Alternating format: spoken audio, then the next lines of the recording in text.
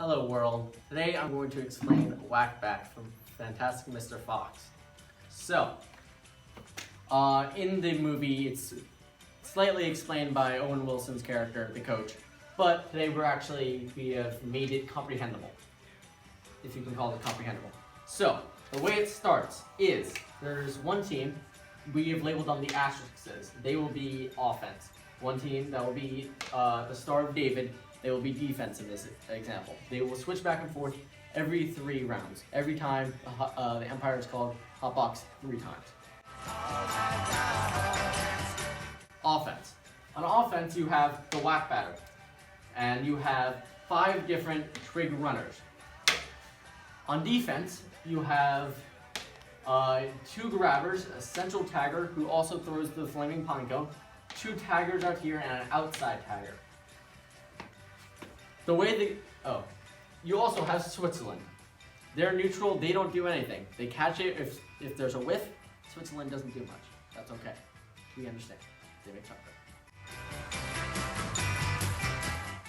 So, the way the game actually works is the central tagger lights his pine cone on fire, and then he throws it at the Whack-Batter. The Whack-Batter will then hit the pine cone out of the field. If he misses the pine cone entirely, that is called a whiff. Then that'll be 1 strike. So, if he hits it inside the field, then the play will not continue. That is called a whoop. If he hits it outside the field, that is a whack, and then the play can commence. If he hits the cedar stick and knocks it off, that is an automatic 45 points, and they can try it again. So, once he has hit central tagger is thrown into the Whack-Batter, he's hit a whack.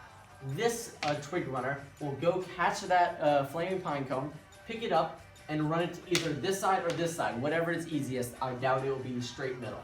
So, let's say he goes to this side. The Trig runner will relay it to this one, this Trig runner will run it to this one, and this one will try to get it into this basket. This is called the Twig basket. He will be stopped by this one. This outside tagger will be chasing them down this entire time. While they are crossing into the field, this grabber will be able to stop what he is doing and chase them down, but he will only be able to stand on the line. He will be able to either tag them with the pine cone and stop them there. All the Trig runners will then have to sit down, or he will be able to block the pine cone if the Trig runners decide to throw it because they don't have time because flame is going out. So, once the Whack-Batter, outside of all this, has hit it, and hasn't hit the cedar stick, he will run back to this side. He will have to go over the cedar stick. The central tagger will be trying to tag him, and so will both these taggers. But these taggers will only be able to go in this back and forth. They will only be able to stand on an invisible line right here.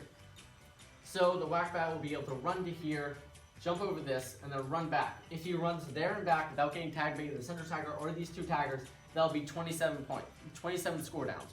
Sorry. So that can keep on going infinitely, or until that will keep on going until the umpire calls Hotbox, which will be either if the Trig runner gets the pine cone into here, or the pine cone runs out of fire. An interesting thing about the grabbers, this is where it gets very complex. The grabbers will have a pile of miscellaneous balls. They will be able to throw these balls into a basket that is on the other grabber. So they will be throwing it across the field. If they get the ball into the basket, then that will nullify 9 of the offensive team's points. So if the Whack-Batter doesn't do anything, but they get into this, and the pine cone gets into here, and the grabber gets a ball into the basket, nothing will have been scored. There will be no score down. So, but they will have to decide if they see a Trig runner running on their side, whether to keep throwing it or try to stop them. That'll be up to the people playing.